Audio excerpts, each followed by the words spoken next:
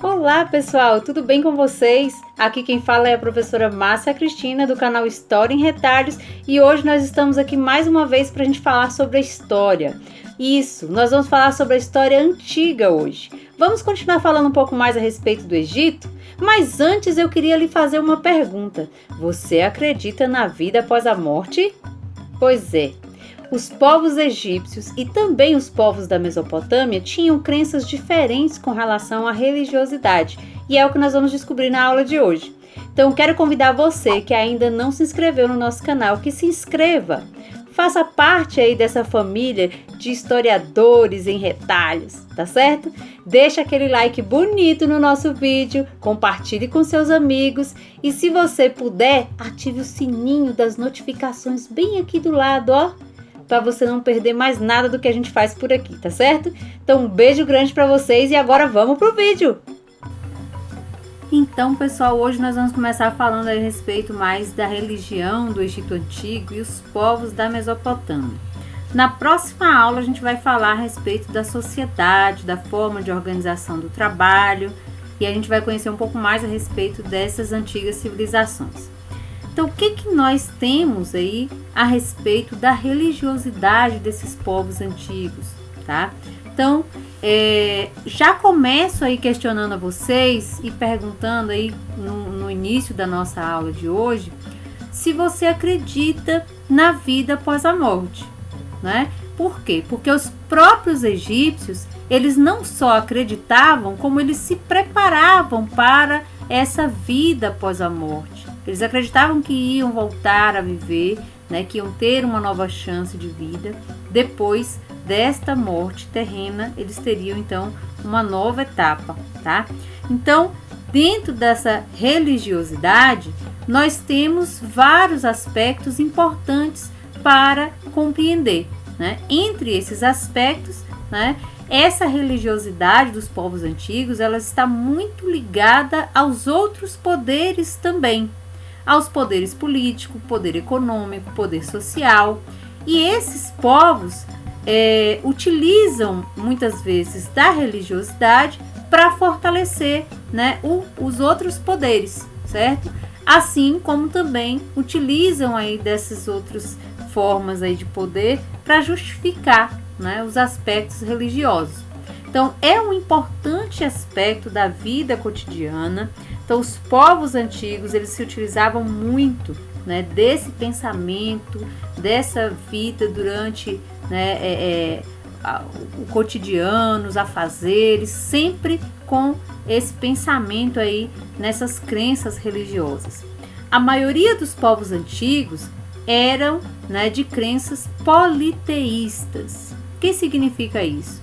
Eram politeístas porque acreditavam, né, adoravam em várias divindades. Eles não acreditavam na existência de um único Deus. Eles acreditavam na existência de vários deuses e cultuavam esses vários deuses, né? Cada povo tinha lá os nomes, tinha as características, tinha a ideia, né, de como seria esses deuses, né? Então isso mudava de acordo com a cultura, com a crença de cada povo.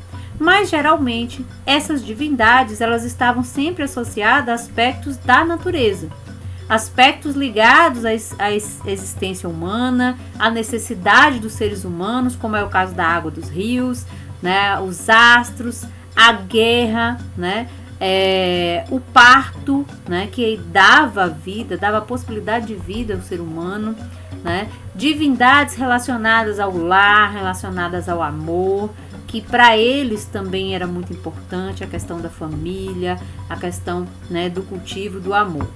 E essas divindades muitas vezes eram representadas como uma mistura de formas humanas e animais. Essa mistura de formas humanas e animais eram chamados de antropozoformismo, tá? Então, quando nós temos antropo, já significa homem. Zoo vem de animais. E morfismo, nós temos então essa mistura, tá? Quando também tínhamos entre os vários deuses e deusas, também divindades apenas com características físicas humanas. Então esses aí tinham formas humanas, eram chamados de antropomorfismo, tá? E outros deles, né, eram deuses ou deusas que tinham apenas, né, as formas animais, tinham as semelhanças, características de animais. Então essa divindade era representada com um elemento que nós chamamos de zoomorfismo, tá? Então só as características aí da figura, né, dos animais presentes então nesses deuses. Depois nós vamos dar uma olhadinha em alguns e a gente vai perceber um pouco melhor a respeito disso, tá? Bom, a partir daí nós temos, né, que entender quem são os reis divinos, tá? Então, nessas sociedades, entre os povos da Mesopotâmia, principalmente na civilização egípcia, nós tínhamos aí, né, a figura do rei, do governante, associada diretamente à religião.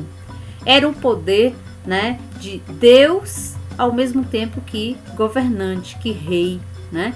Então, esse poder associando aos deuses e à religião, né, passou a chamar a atenção aí, né, da história desses povos.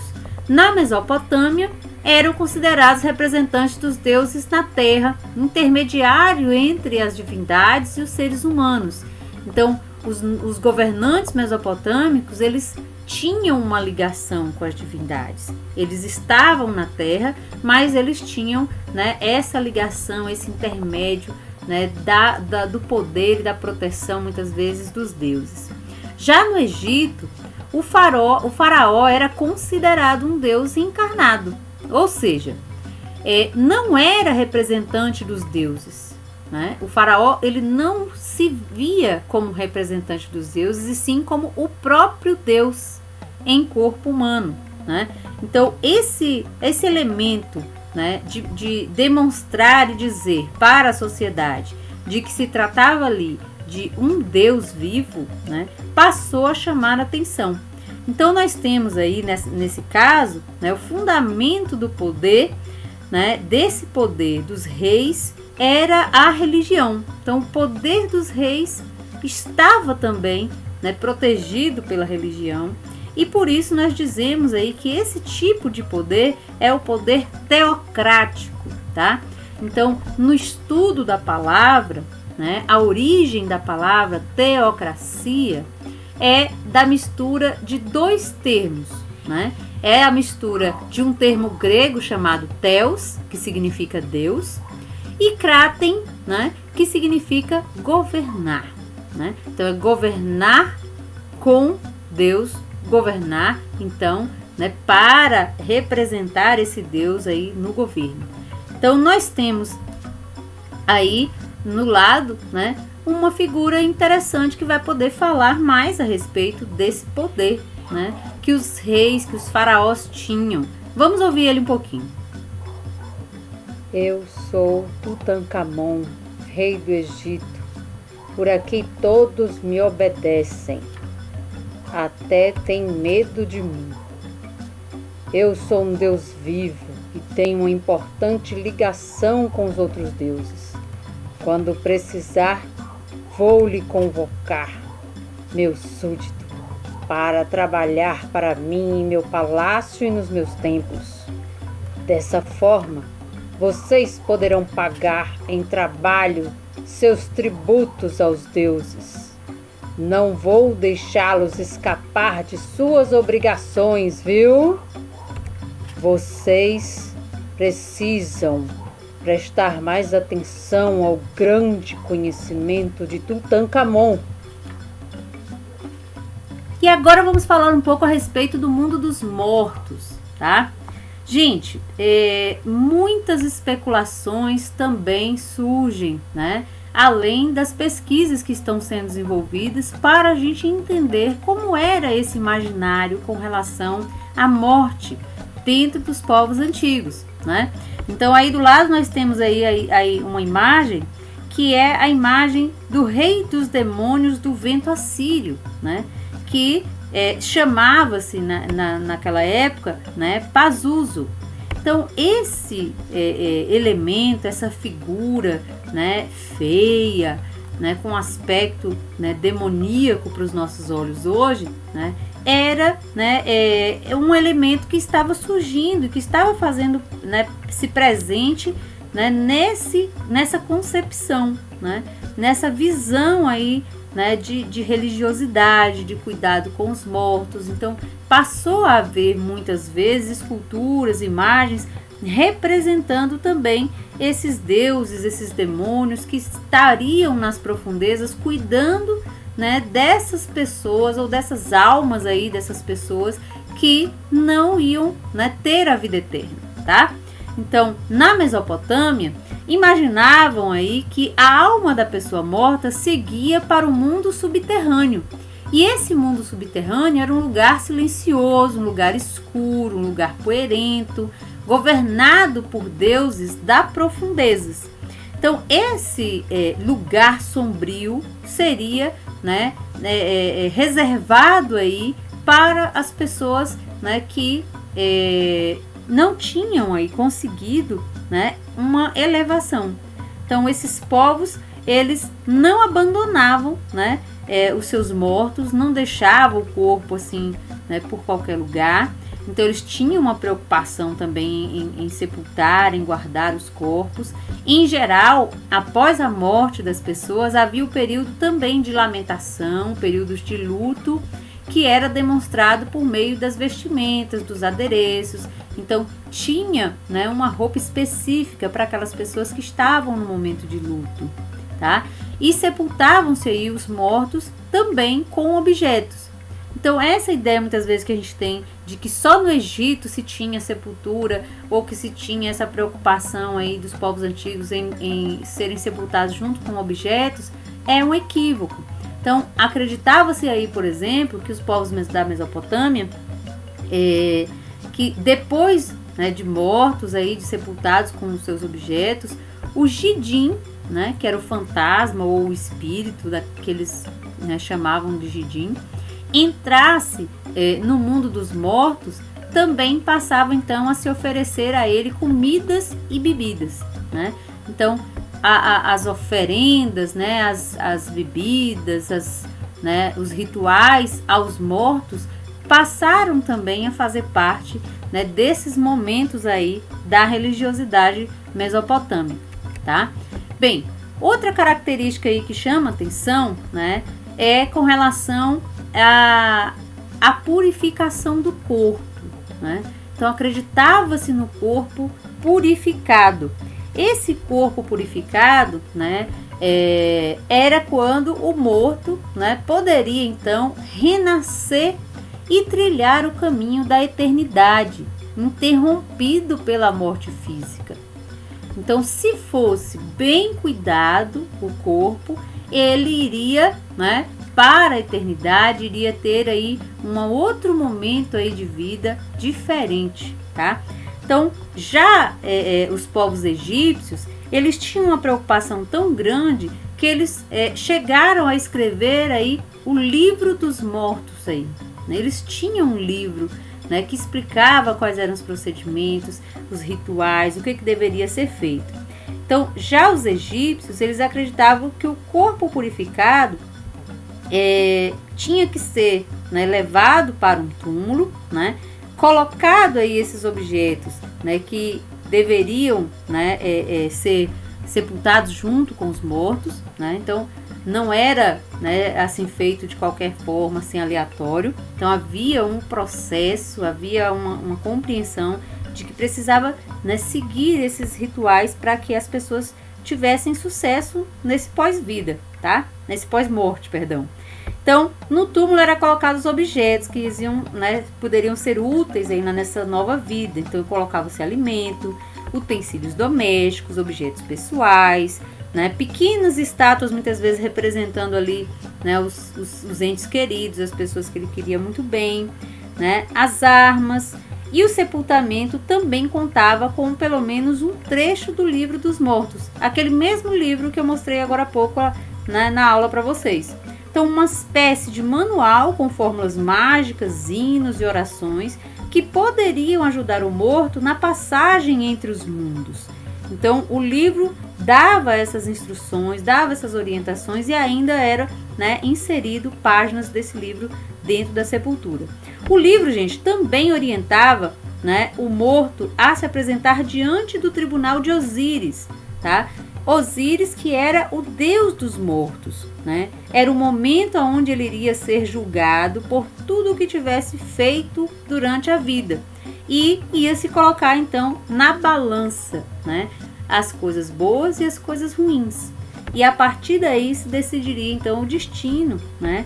Nesse tribunal de Osíris, qual seria o destino, né, daquele indivíduo, daquela pessoa que estava, né, chegando aí para o julgamento. Bem, agora tem aqui um espaço escuro, um ambiente muito tenebroso e alguém que veio aqui, né, dessa região para falar com vocês. Ei, tudo bem com vocês? Vocês estão pensando que foi fácil cuidar desse corpício aqui até hoje? Não mesmo. Esse processo todo era só para quem era chique e rico. Eu ainda lembro da hora que extraíram meu cérebro, colocaram uma espécie de ácido pelas narinas e depois de derretido, eles tiravam os pedaços do meu cérebro com uma espátula de metal. Eu, na verdade, fui muito forte, nem senti dor, nem reclamei. Tô aqui cada vez mais lindo, esperando a minha nova vida, que será em breve, porque eu acredito na ressurreição. Bem, aí a gente ainda tem, gente, as práticas da mumificação. Observem como era feito o trabalho, o processo da mumificação naquela época. Não era um trabalho simples, né? Então, tinha que pegar o corpo da pessoa, lavar com vinho, lavar com água, né? Tirar as vísceras removidas, né? Vocês viram aí, né, o nosso amiguinho falando agora há pouco como é que era esse trabalho de remoção dessas vísceras. Esses órgãos, eles eram lavados e eram colocados em pequenos vasos. Então aí do lado da imagem vocês observam que tem uns vasinhos verdes, né? E cada vasinho colocava-se então os órgãos principais, né, daquela pessoa. Logo depois, né, tinha aí o processo aí de colocar um sal de natrão, né, para que todo o corpo fosse embebido por esse líquido, né, que era para preservar o corpo. E após várias semanas o corpo ficava já desidratado, né, era preenchido e era coberto por uma resina aromática, cheia de bálsamos e de perfumes, de óleos, né? Sobre o local do coração, considerado o centro da vida, se colocava geralmente um amuleto e passava-se então para a fase final, que era, né, o ritual para enfaixar o corpo, que durava aproximadamente 15 dias. Né? Todos esses procedimentos eles eram feitos pelos sacerdotes, né? Os sacerdotes que tinham esse trabalho de fazer, né, esse procedimento. E o sacerdote, utilizando a máscara de Anubis, entoava cânticos mágicos para completar aí, né, todo o ritual de passagem, né? Geralmente, esses procedimentos eles eram feitos geralmente para as pessoas mais ricas, de poder aquisitivo maior, que tinham dinheiro, para, né, os produtos químicos, para comprar o sal de natrão, para, né, fazer aí o pagamento aí pelo serviço de mumificação, de, né, enfaixar o corpo. Então isso tudo era muito caro. Não era todo mundo que tinha condições, né, de pagar o melhor serviço de mumificação. Então tinha, né, de vários tipos, de vários preços, mas geralmente eram as pessoas mais abastadas que podiam fazer esse processo. As pessoas mais pobres, mais simples, com certeza não podiam, né, não tinham condições para isso, tá? Bem, e chegamos então ao passo das construções, né? As construções para os mortos. havia uma preocupação também com o pós-morte, né? Então, se preparar para a morte, preparar o seu próprio ritual, né?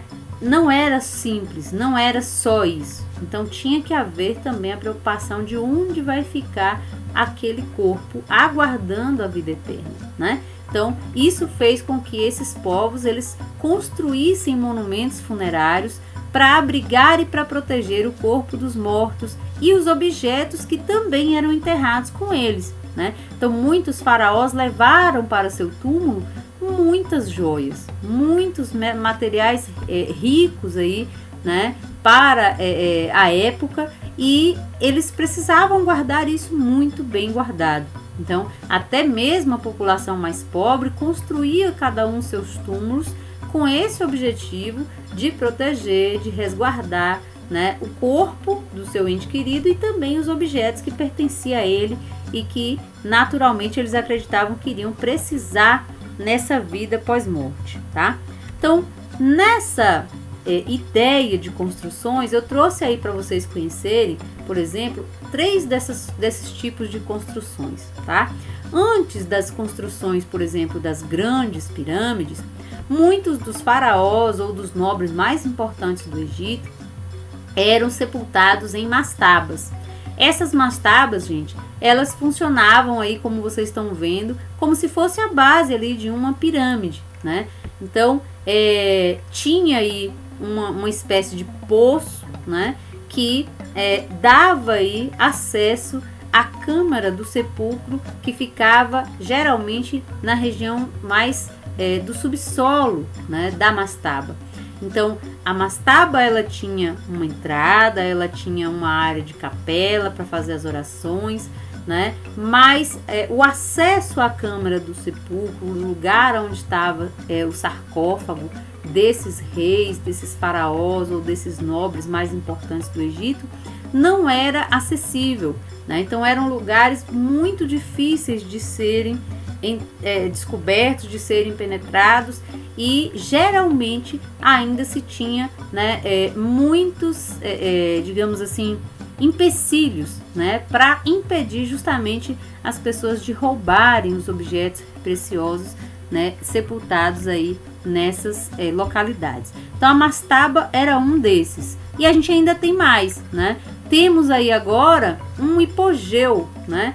O hipogeu era uma espécie aí de sepulcro feito, esculpido nas rochas, né? Eram túmulos escavados nessas rochas, aonde tem várias galerias, vários corredores, vários, né, compartimentos, várias salinhas ali mobiliadas, e cada uma dessas salinhas muitas vezes tem uma câmara sepulcral, né? Então tem ali, né, o sepulto de algum desses entes queridos, tá?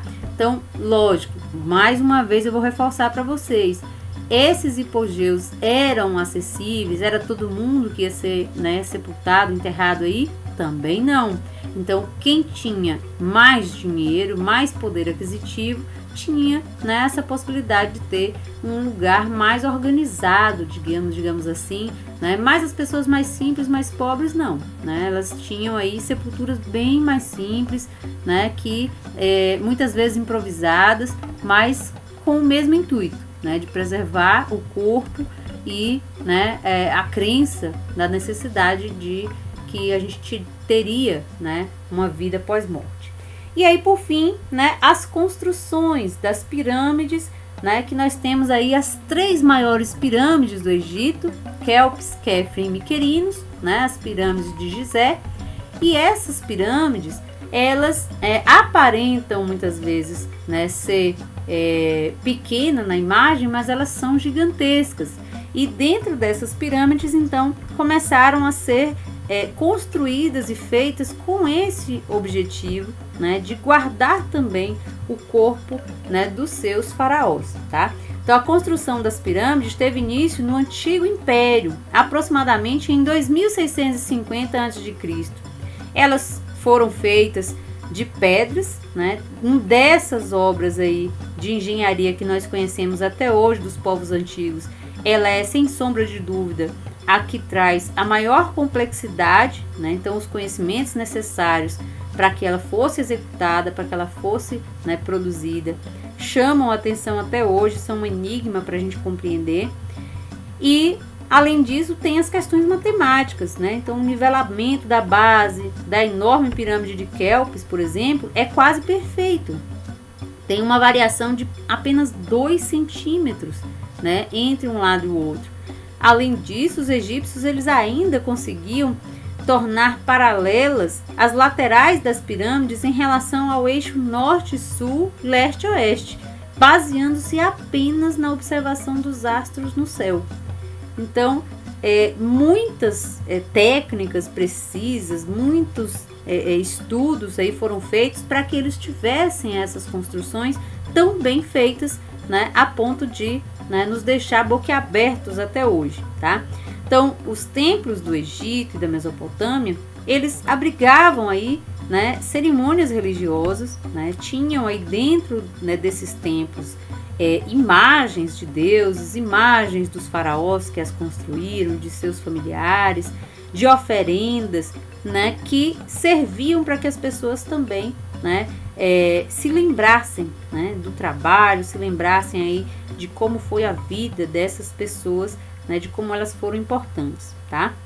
Bem, nesses templos religiosos, né, havia, né, as imagens. Então, dentro das construções, por exemplo, dos egípcios, essas eram as imagens, né, que sempre estavam presentes, sempre estão presentes, na verdade, né, nas pinturas das paredes. Então, os deuses aí representados, a gente vê aí alguns com características, né, metade animal, metade ser humano, como nós falamos agora há pouco, né, do antropozoformismo, e temos outros aí com características apenas de animais, outros com características, né, apenas de seres humanos. Então, são esses vários os deuses em que os egípcios acreditavam e cultuavam, né? O deus Anubis, né, que é esse aqui da direita para a esquerda, o segundo dos deuses é o protetor dos mortos e dos embalsamentos. É ele quem aparece, né, aqui, que vai estar segurando aí, né, o pêndulo, né, no tribunal para medir aí quais foram aí os benfeitorias, quem tem um coração bom dentro da sociedade egípcia, tá? Bem, outra característica aí que eu quero chamar a atenção de vocês, né, está na Mesopotâmia, tá? Então, na Mesopotâmia, nós temos aí um formato também diferente de pirâmide, né? É o formato dos zigurates. Então, nesses zigurates, as pessoas também utilizavam, né, para fazer as oferendas, os cultos, e ainda se utilizavam aí para outras atividades. Então, os zigurates eles não eram apenas, né, para os cultos religiosos, né? Então, a parte, por exemplo, inferior, né, do zigurate, muitas vezes servia para, né, guardar, né, a produção de alimentos, os alimentos excedidos, né, de produção eram, né, guardados na parte, né, inferior, né, dos zigurates, e que os povos da Mesopotâmia então faziam, né, das outras salas também espaços para organizar, né, outras atividades. Então, além do templo religioso, né, o zigurate ele possui espaços que serviam de local de estudos matemáticos, local de estudos de astronomia, serviam também como uma espécie de ponte entre a terra e o céu. E alguns desses zigurates chegavam a medir cerca de 30 metros de altura, tá? Então, muitas vezes a gente pensa assim, só tinha, né, as pirâmides do Egito, só são aquelas 3, né? Os zigurates, então, são todos do mesmo tamanho, do mesmo formato. Não. Então, nós temos formatos diferentes, tamanhos diferentes de zigurates, tamanhos de diferentes pirâmides, feitas aí, né, por faraós diferentes também, tá certo? Então, é importante que a gente fique se lembrando aí desses detalhes. E aí, pessoal, espero que vocês tenham gostado da nossa aula de hoje, da nossa viagem aí pelo Egito Antigo e os povos da Mesopotâmia, para a gente compreender um pouco melhor a respeito dessas questões religiosas tão curiosas, não é, gente? Tão diferentes da nossa realidade de hoje. Mas eu quero chamar você aí que ainda não se inscreveu no nosso canal, que se inscreva, compartilhe com seus amigos e fique sempre com a gente aqui acompanhando as nossas aulas, tá certo? Então um beijo para vocês, fiquem com Deus. Muito obrigado por estar aqui com a gente. Tchau!